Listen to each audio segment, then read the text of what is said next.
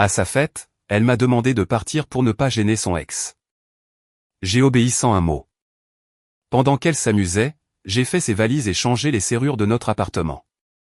En rentrant, elle a trouvé ses affaires sur le palier avec ce mot « Maintenant, personne n'est mal à l'aise ».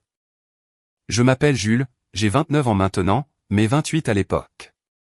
Je travaille dans l'informatique pour une entreprise de taille moyenne dans une ville de taille respectable. Rien d'extravagant, mais ça paie les factures et me permet d'avoir une vie en dehors du travail. J'ai toujours été du genre stable, fiable, engagé, le gars qui se présente quand il dit qu'il le fera. C'est ainsi que j'ai abordé ma relation avec Sophie. Nous nous étions rencontrés 3 ans plus tôt par le biais d'amis communs lors d'une soirée jeu décontractée. Elle était extravertie, drôle, le genre de personne qui illumine une pièce. J'ai été attiré par cette énergie et nous nous sommes vite bien entendus. En l'espace de 6 mois, nous étions exclusifs et après 2 ans, elle a emménagé dans mon appartement. Cela semblait naturel, comme si nous construisions quelque chose de réel. Avec le recul, j'ai beaucoup investi dans notre relation. Sophie était graphiste indépendante travaillant à domicile, et son travail était irrégulier. Riche ou pauvre. Je couvrais le loyer quand les contrats se faisaient rares, sans poser de questions. Je gérais la plupart des factures, préparais les dîners après de longues journées, et je l'ai même aidé à développer son réseau en la présentant à des contacts de mon travail. Il y avait aussi de petites choses, comme la fois où elle a eu une urgence familiale chez elle. J'ai conduit 6 heures sous une pluie battante pour aller la chercher à l'aéroport lorsque son vol a été retardé, juste pour qu'elle n'ait pas à gérer un taxi à 2 heures du matin, ou quand elle a voulu suivre un cours en ligne pour améliorer ses compétences. J'ai payé sans hésitation, même si cela signifiait rater un voyage entre amis que j'avais prévu. Je ne tenais pas les comptes. C'est ce que l'on fait quand on aime quelqu'un, n'est-ce pas? Je pensais que nous étions une équipe, mais il y avait des fissures que j'ignorais. Sophie parlait de son ex, Marc, plus que de raison. Ils étaient sortis ensemble pendant quelques années avant moi, ça s'était mal terminé, mais elle le présentait toujours comme de l'histoire ancienne. Pourtant, elle le mentionnait dans des conversations aléatoires, comparant par exemple mon travail à son travail aventureux de photographe indépendant. Marc était toujours à la recherche du prochain grand cliché, disait-elle avec ce sourire nostalgique. Je minimisais, me disant que ce n'était que des mots. Elle postait aussi parfois de vieilles photos. Rien d'évident, mais assez pour me faire douter. Et émotionnellement, elle a commencé à prendre ses distances au cours des derniers mois. Moins d'affection, plus de temps sur son téléphone, des excuses de stress au travail. J'ai mis ça sur le compte de son anniversaire qui approchait. Elle allait avoir 27 ans et voulait faire une grande fête. Alors, comme l'idiot engagé que j'étais, je me suis lancé dans l'organisation. La fête était mon idée, en fait. Sophie avait mentionné vouloir fêter avec des amis, mais elle traînait les pieds pour les détails.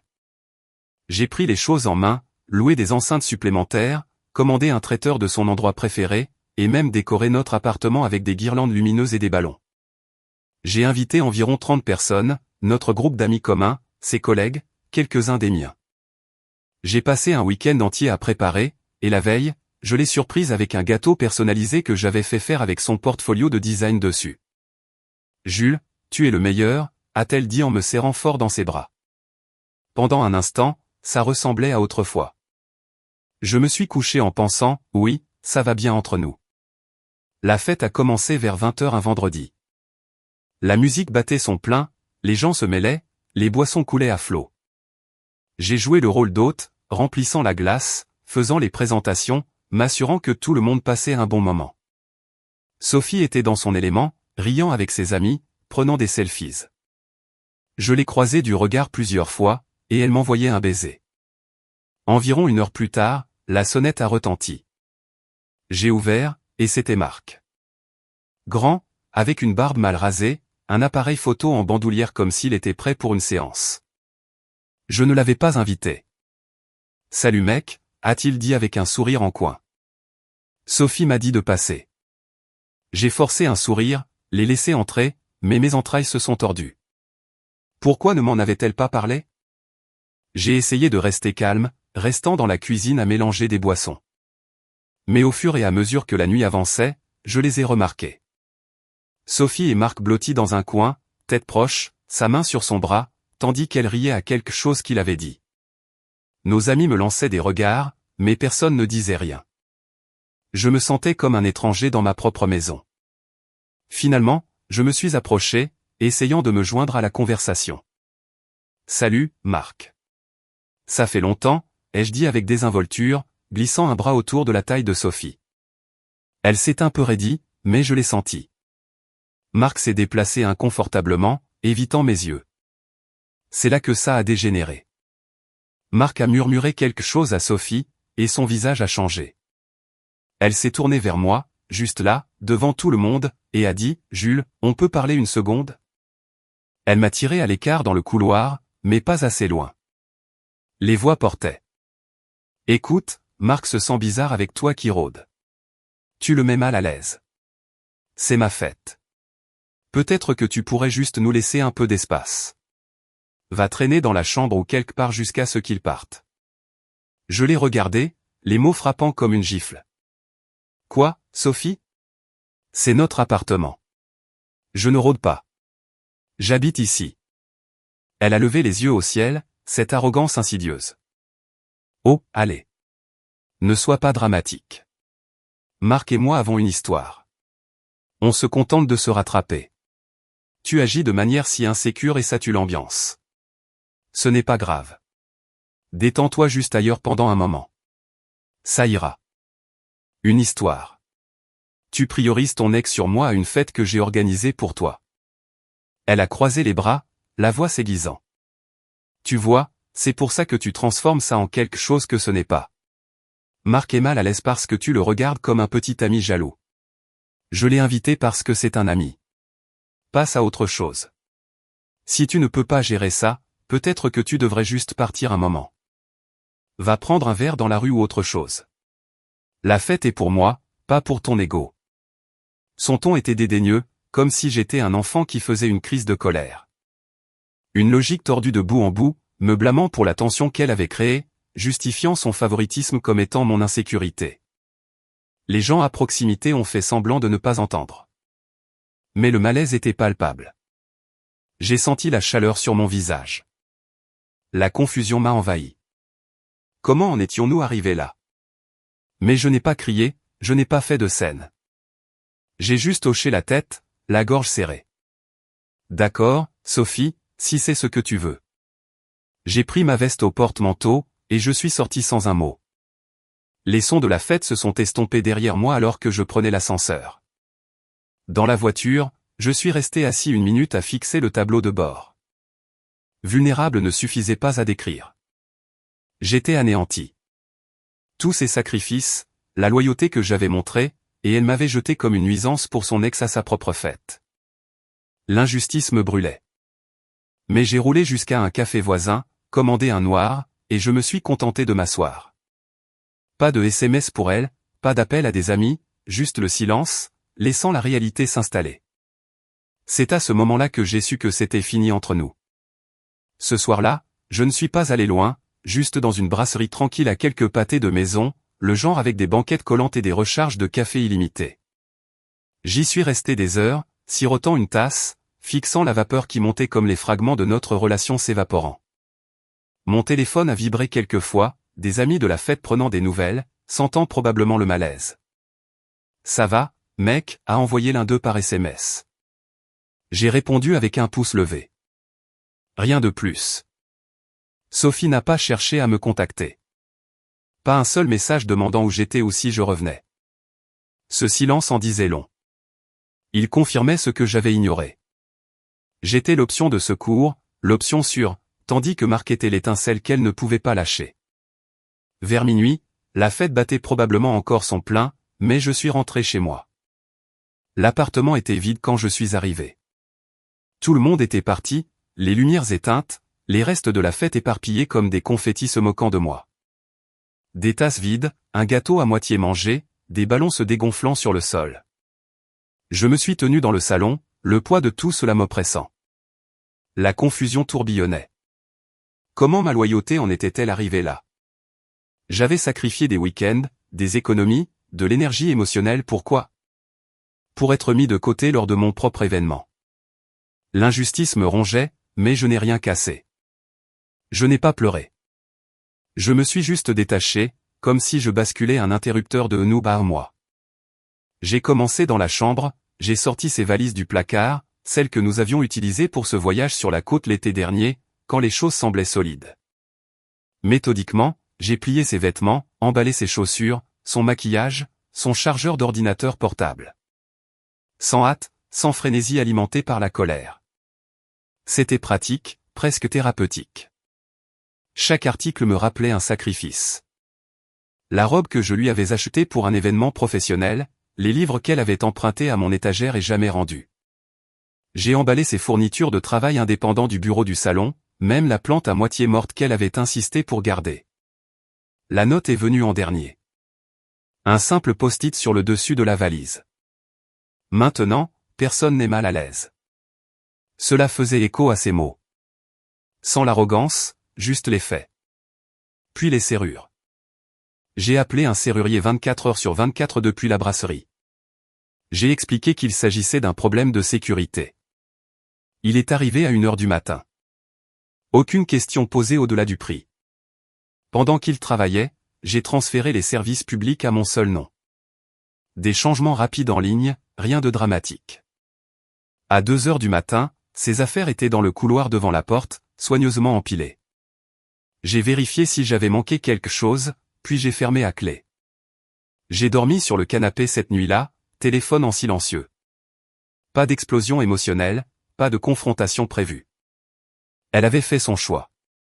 J'avais fait le mien. Le lendemain matin, je me suis réveillé tôt, me sentant vide, mais l'esprit clair. J'ai bloqué son numéro temporairement, non par méchanceté, mais pour me donner de l'espace. J'ai appelé au travail pour me déclarer malade, puis j'ai fait de la musculation pour la première fois depuis des mois. J'ai effectué une séance qui m'a laissé courbaturé mais concentré. Cet après-midi-là, j'ai retrouvé un ami pour un café, le même qui m'avait envoyé un message. Je lui ai raconté les faits. Sans dramaturgie. Elle m'a mis à la porte de ma propre fête pour son ex, ai-je dit sans émotion. Il a sifflé doucement. Mec, c'est n'importe quoi. Et maintenant? J'ai haussé les épaules. Je passe à autre chose. Pas de supplication pour des conseils, pas de diatribe, juste l'acceptation. Les jours se sont estompés après cela. J'ai plongé dans le travail, décrochant un projet secondaire qui me tenait occupé. J'ai commencé une thérapie, des séances en ligne, rien d'extraordinaire, mais cela m'a aidé à démêler la confusion. Vous avez été émotionnellement abandonné bien avant cette fête, a dit la thérapeute lors de notre deuxième appel. Ça a fait tilt les comparaisons avec Marc, le fait qu'elle s'éloigne. J'avais été un bouche-trou. J'ai aussi un peu tenu un journal. Des choses privées, réfléchissant à ce que j'avais abandonné. Comme la façon dont j'avais laissé passer une opportunité de promotion l'année dernière parce que cela impliquait de déménager et que Sophie ne voulait pas bouger, ou les nuits où j'étais resté debout à l'aider avec ses délais pendant qu'elle faisait défiler les réseaux sociaux. Le silence de son côté s'est étiré. Pas d'explosion immédiate, ce qui a presque fait plus mal. C'était comme si j'avais déjà disparu de son monde. Une semaine plus tard, je l'ai débloqué, mais seulement parce que des amis communs commençaient à relayer des messages. Sophie panique, a dit l'un d'eux, puisqu'elle ne peut pas entrer. J'ai hoché la tête, j'ai changé de sujet. Intérieurement, la vulnérabilité s'est estompée. Je n'étais plus confus. J'en avais fini. J'ai commencé de petits changements, réaménager l'appartement, acheter de nouveaux draps, et même adopter une routine de promenade du soir. J'ai senti l'arc basculer de la douleur vers quelque chose de plus stable. Les amis l'ont remarqué. Tu as l'air plus léger, a commenté l'un d'eux lors d'une rencontre décontractée. Je l'étais. La trahison avait été scandaleuse, imméritée, mais y faire face en silence, cela a bâti la résilience. Pas d'acte de disparition encore, je suis resté dans la ville, mais émotionnellement j'étais à des kilomètres, prêt pour ce qui viendrait ensuite sans elle. Environ 2 mois plus tard, les choses ont commencé à se mettre en place de son côté. Je ne traquais pas ses réseaux sociaux, je les avais tous mis en sourdine, mais la nouvelle s'est répandue par notre cercle commun. Il s'avère qu'après la fête, elle avait atterri chez Marc. Les retrouvailles se sont transformées en une reconnexion rapide et furieuse. Mais Marc était instable comme l'enfer. Le travail de photographe aventureux était une façade pour des boulots précaires et des crises de jalousie. Des amis ont murmuré qu'il s'était emporté contre elle pour rien. Un SMS d'un client masculin. Son j'aime sur une vieille photo de nous. Il l'avait accusé de l'utiliser, puis avait disparu pendant des jours, la laissant désemparée. Tout s'est rapidement effondré. Marc l'a larguée après une grosse dispute. Quelque chose à propos d'elle s'accrochant au passé. Aussi ironique que cela puisse paraître, il l'a larguée par SMS, l'a bloquée partout. Elle a essayé de squatter chez une amie, mais cela a mal tourné quand la vérité s'est répandue, la façon dont elle m'avait humilié publiquement. Les amis communs se sont retirés un par un. Les SMS sont restés sans réponse. Les invitations se sont taries. Nous avons entendu ce qui s'est passé à la fête, m'ont avoué quelques-uns autour de bière. On ne peut pas défendre ça. Son travail indépendant a également chuté. La concentration a disparu à cause du drame. Délais non respectés. Clients annulants. La dernière fois que j'ai entendu dire indirectement, elle squattait sur le canapé de sa sœur, s'en sortant avec des applications de petits boulots, sa réputation en lambeaux, isolée, fauchée, insignifiante. Le karma n'avait pas besoin de mon aide. Il a frappé fort tout seul, reflétant la façon dont elle m'avait traité comme une considération après coup. Je ne me suis pas réjoui, je n'ai pas cherché de nouvelles. Mais quand des fragments me sont parvenus, cela m'a semblé juste. L'arrogance qu'elle avait montrée, disparue, remplacée par les conséquences de ses choix, satisfaisant d'une manière tranquille. Le dénouement n'a pas tardé avant que Sophie ne revienne à la charge. Cela a commencé environ 3 mois après la fête, juste au moment où sa vie touchait le fond. D'abord, ce fut un SMS. Mon téléphone s'est illuminé un soir alors que je me préparais à dîner pour moi-même. Jules, il faut qu'on parle. C'est ridicule. Laisse-moi au moins récupérer mes affaires. Aucune excuse, juste de l'exigence. Comme si j'avais réagi de manière excessive. Je n'ai pas répondu. Un jour plus tard, un autre message, sérieusement, tu m'ignores après tout ça? Toujours le silence radio de ma part. Puis les appels ont commencé, les messages vocaux s'accumulant. J'ai écouté le premier par curiosité. Jules, décroche. Je sais que tu es là. Marc était une erreur. D'accord. Il a pété un câble pour rien et m'a mis à la porte. Je suis chez ma sœur maintenant et c'est horrible. On avait quelque chose de bien. Tu ne peux pas jeter ça comme ça. Rappelle-moi. Sa voix s'est un peu brisée, mais la manipulation transparaissait, le présentant comme ma faute, minimisant sa trahison. Je l'ai supprimé, j'ai bloqué le numéro à nouveau, mais elle a intensifié. Elle a utilisé le téléphone d'une amie la fois suivante, me prenant au dépourvu pendant le déjeuner au travail. Jules, c'est Sophie. Ne raccroche pas. J'ai marqué une pause, la fourchette à mi-chemin. Qu'est-ce que tu veux? Mon Dieu, enfin. Écoute, je suis désolé pour la fête. J'étais ivre, stressé. Marc est arrivé et les choses sont devenues bizarres. Mais tu es si froid. On a vécu ensemble pendant 1 an. Tu me dois au moins une conversation. Puis-je passer juste pour parler? L'hypocrisie me brûlait. Non, Sophie. Tu as fait ton choix cette nuit-là, en priorisant ton ex, en me mettant à la porte de ma propre maison. C'est fini entre nous. Mais ce n'était pas comme ça. Tu étais jaloux, tu mettais tout le monde mal à l'aise. J'avais juste besoin d'espace. Marc est parti maintenant. Il était violent, contrôlant. Je le vois. On peut recommencer, s'il te plaît. Logique tordue encore, blâmant ma jalousie tout en admettant les défauts de Marc. Son ton est passé de suppliant à désespéré. Jules, je suis fauché. Mon travail indépendant s'est tari à cause de tout ce stress. Mes amis ne me parlent plus. Ils pensent que je suis la méchante, mais tu me connais mieux. Allez, réglons ça.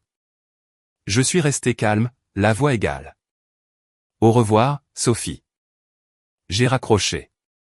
J'ai bloqué ce numéro aussi. Elle ne s'est pas arrêtée. Elle a ensuite impliqué sa famille. Toxique, comme prévu. Sa sœur a appelé une semaine plus tard, la voix dégoulinante de jugement. Jules, c'est Émilie. Sophie est un désastre à cause de toi. Elle m'a dit ce qui s'était passé. On dirait que tu as beaucoup trop réagi. La virer, changer les serrures, c'est bas. C'est ta famille. Tu dois te montrer homme et lui parler. Donne-lui une autre chance. Elle a appris sa leçon. Émilie, ce ne sont pas tes affaires. Sophie m'a humilié publiquement. Ça ne m'intéresse pas. Oh, s'il te plaît. Les relations ont des hauts et des bas. Tu l'as puni juste. Égoïste, si tu veux mon avis. Clique désagréable. Insistante. Comme si l'exigence de Sophie était de famille. Les tentatives ont culminé avec une visite surprise. J'étais chez moi un samedi en plein entraînement quand le buzzer a retenti via l'interphone. Jules, c'est moi. Laisse-moi monter. On doit régler ça. Je ne l'ai pas laissé entrer. Elle a attendu dehors pendant 1 heure selon le gardien, puis a laissé une note sous la porte. C'est pathétique. Tu es sans cœur. Je pensais que tu étais meilleur que ça. La colère s'insinuait maintenant. Ses vraies couleurs apparaissaient, passant des supplications désespérées à la rage quand je ne cédais pas. Des amis ont été entraînés aussi. Une connaissance commune a envoyé un SMS, « Salut. Sophie m'a demandé de te contacter. Elle est vraiment désolée, mec. Elle pense que vous pourriez arranger les choses. » J'ai répondu poliment, « J'apprécie, mais non. » Le harcèlement a diminué après cela, mais chaque tentative ne faisait que renforcer mon détachement. Je n'étais pas ému. Son désespoir était son problème maintenant. Tout a culminé à la fête d'anniversaire de notre ami commun, Thomas, environ 6 mois après la fête. Un bar décontracté du centre-ville. Ambiance discrète et agréable. J'avais été invité des semaines plus tôt. Je pensais que ça irait. Je suis entré avec Léa, une femme que j'avais rencontrée au travail quelques mois auparavant. Rien de sérieux encore, mais elle était gentille, équilibrée, me faisait rire sans drame. Nous étions à une table haute, bavardant avec le groupe quand Sophie est apparue, échevelée, les cheveux en bataille, les yeux rouges comme si elle avait pleuré seule, sirotant un verre au bar. Jusqu'à ce qu'elle me voie. Elle s'est approchée avec hésitation, la voix tremblante. « Jules, salut, je ne t'attendais pas ici. On peut parler en privé ?» Le groupe s'est tu. Je suis resté assis, calme. « Sophie, qu'est-ce qu'il y a ?» Ses yeux ont glissé vers Léa, puis sont revenus. « Qui est-ce ?» Bref, écoute, j'ai tout gâché. Marc a été un désastre. Il m'a utilisé et s'est barré. Je suis seul maintenant, je m'en sors difficilement. Te voir ici, ça me fait réaliser ce que j'ai perdu. On était bien ensemble. Donne-moi une autre chance, s'il te plaît. Le désespoir a atteint son paroxysme, les larmes coulaient, les mains se tordaient, mais je ne ressentais rien.